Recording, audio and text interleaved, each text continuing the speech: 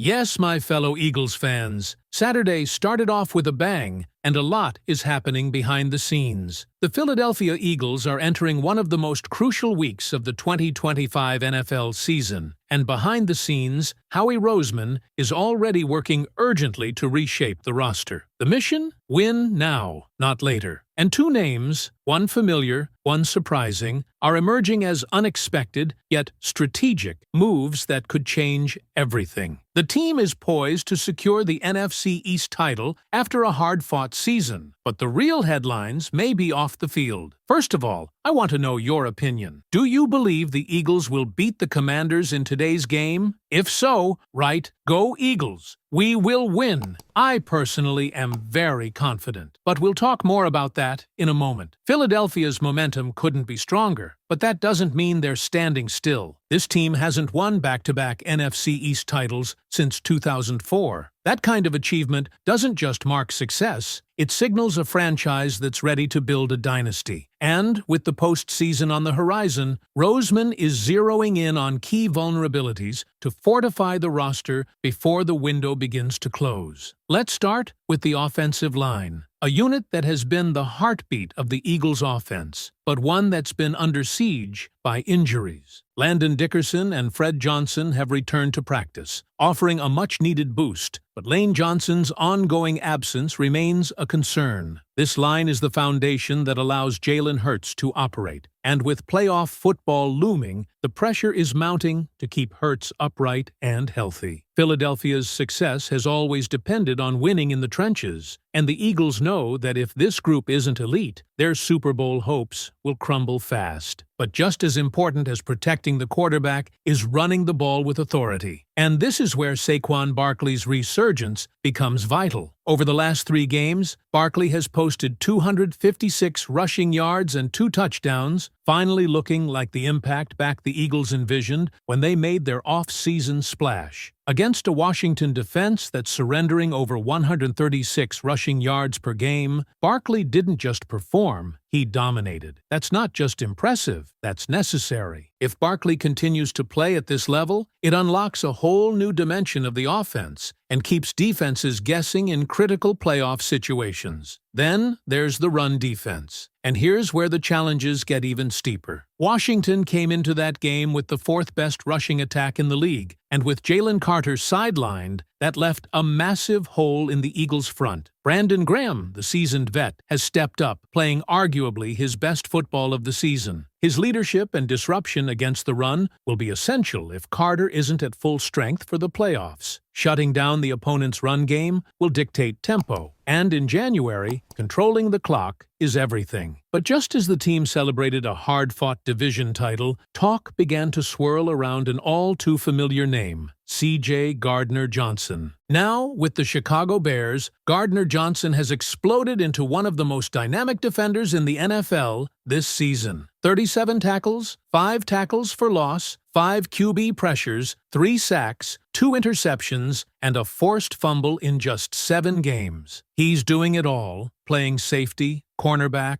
leading a young defense, and his value is skyrocketing right as he heads into free agency. The Eagles didn't want to lose him, but his price tag is going to be steep. And with Reed Blankenship likely departing in free agency, the secondary could soon have another hole to fill. Vic Fangio's scheme thrives with hybrid defensive backs like Gardner-Johnson, versatile, aggressive, and instinctive. Despite the rocky ending to his time in Philly, his leadership and playmaking ability are hard to ignore. And if Chicago can't keep him, would a reunion really be off the table? For a front office known for pulling off surprises, Roseman might just make that phone call. Still, if safety reinforcements aren't on the table, maybe it's time to attack from a different angle. Literally. Enter Max Crosby. The elite defensive end from the Las Vegas Raiders has become a focal point of whispers and speculation in the Eagles' orbit. With 10 sacks and 51 quarterback pressures so far this season, Crosby is wrecking offenses despite being on a struggling Raiders squad. And then came the comment that lit a fire in Philly. Crosby praising the passion of Eagles fans and the energy of Lincoln Financial Field. That's not just a compliment. That's a breadcrumb. The Eagles need pressure off the edge. It's a weak point that's been patched with veterans like Brandon Graham, but not fully addressed. Pairing Crosby with Jalen Carter and Jordan Davis would immediately elevate this front to nightmare status for opposing QBs. It's not just a pipe dream either. Crosby might be nearing the end of his patience in Vegas. And if he wants to compete for a ring, Philadelphia offers the perfect combination of contender status and defensive support. The Raiders might be hesitant, but if Roseman sees an opening, he's never been one to hesitate. Still, any Crosby trade would require draft capital, financial maneuvering, and a mutual desire for change. So far, it's all speculation, but the spark has been lit. And if that fire grows, Philadelphia could soon boast the most terrifying defensive front in the NFL. So with the playoffs locked up, the Eagles are turning their focus to three critical components: keeping the offensive line healthy and dominant, continuing Barkley's momentum as a dual threat weapon, and finding that final defensive piece, whether it's in the secondary with a C.J. Gardner-Johnson reunion or on the front line with a bold move for Max Crosby. The foundation is there, the pieces are falling into place, and if the front office executes,